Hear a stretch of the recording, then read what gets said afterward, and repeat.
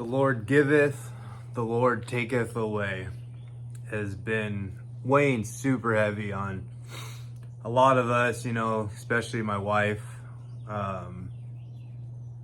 We've been praying for this rain up in Kerrville for the last year or two.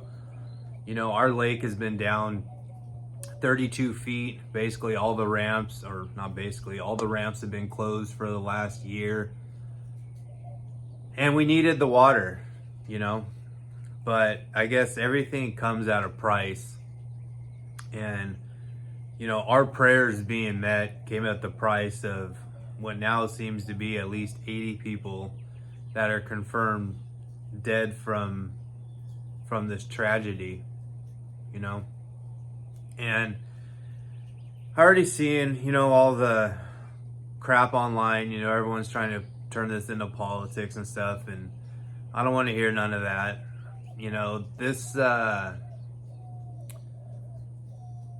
These kinds of things happen.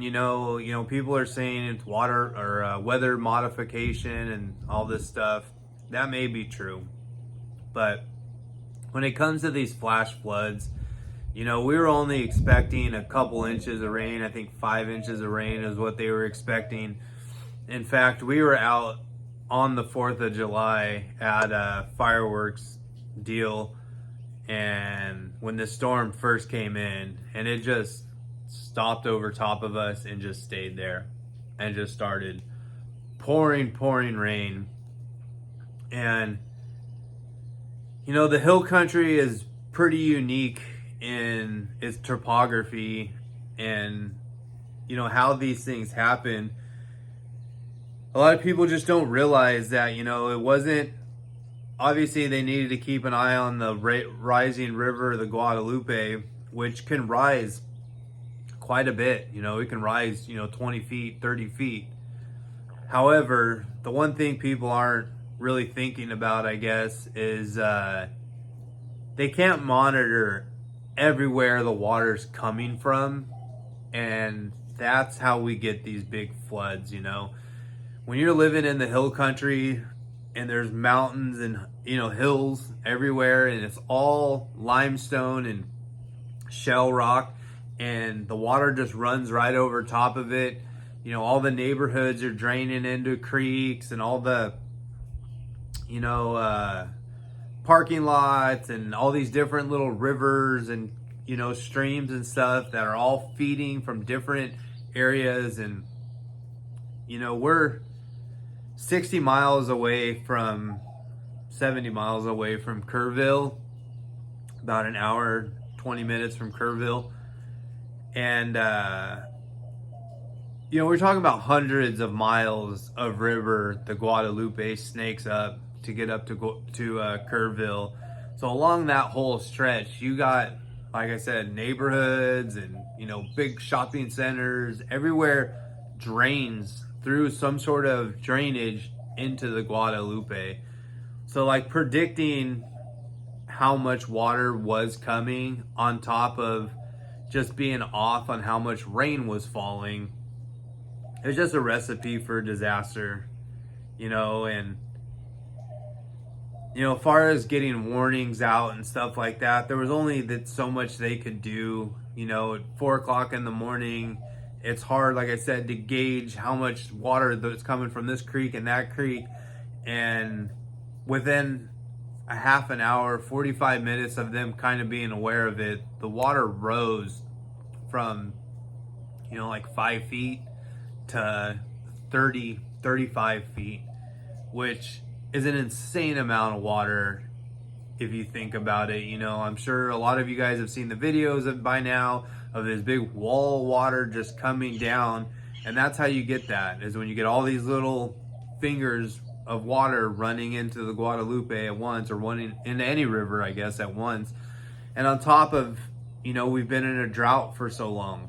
So the riverbed was hard as a rock, and most of it is rock. It's all, like I said, limestone and shale. So it's just super hard. A lot of it's clay.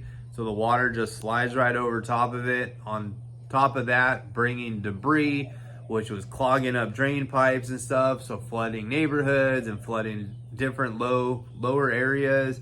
And it was just bad, and by the time you get the call, at 4 o'clock in the morning, it's just too late. And let's be honest, everyone turns their, emergency services, whatever, off on their phone, or most people ignore them. You know what I mean? We don't live in a flood zone. When we get a flash flood warning on our phone, we kind of ignore it because we're at higher ground.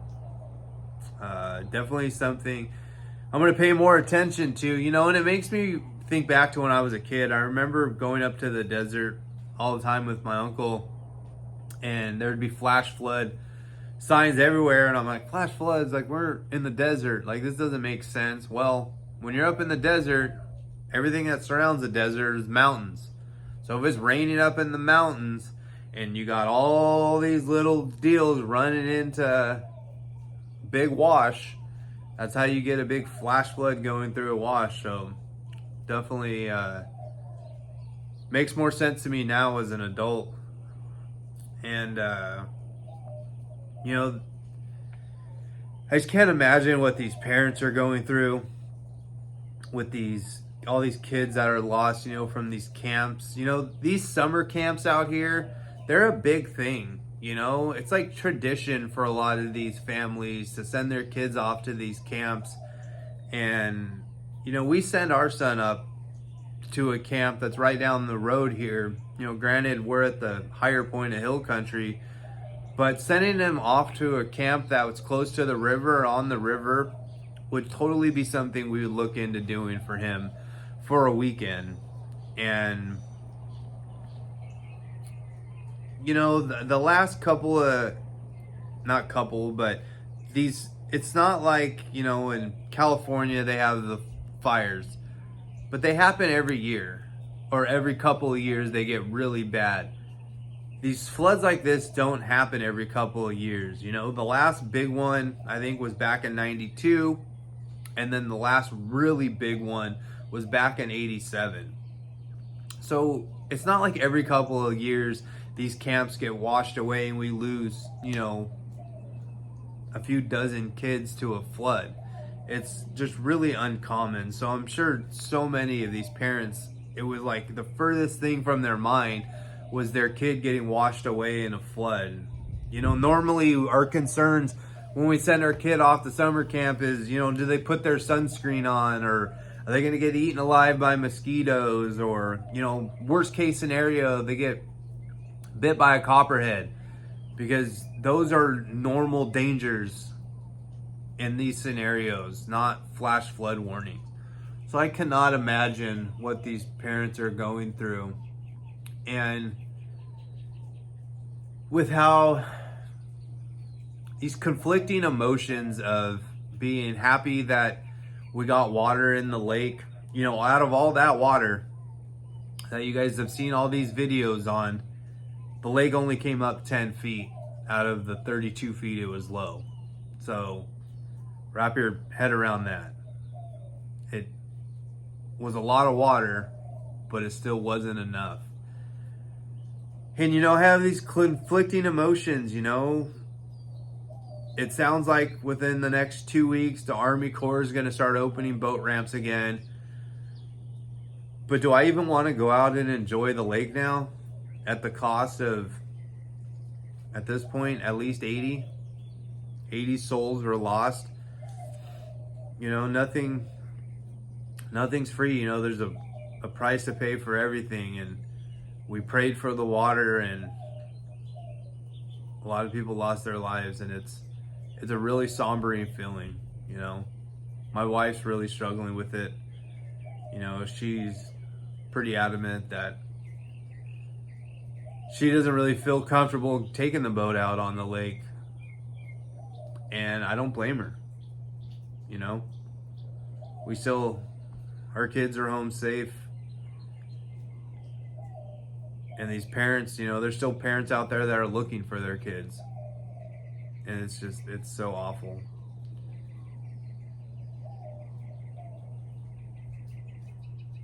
So yeah, I mean, I don't even really know how to end this. I wish there was more you could do. You know, it's hard. You know, you want to go up there and volunteer, but at the same time, they don't want a whole mess of people getting in the way. And you know, even last night, you know, it's still raining. You can see it's still raining up here in hill country. You know, even last night they had there was another wall of water coming because another little storm had hit, and they had to pull all search and rescue out of you know, they were down in the river searching. You know, most of the water's already receded, so they're out there looking through cars and RVs and up in trees, looking for survivors or, you know, bodies at this point. And yeah, they had to get pulled off because there was another wall of water coming.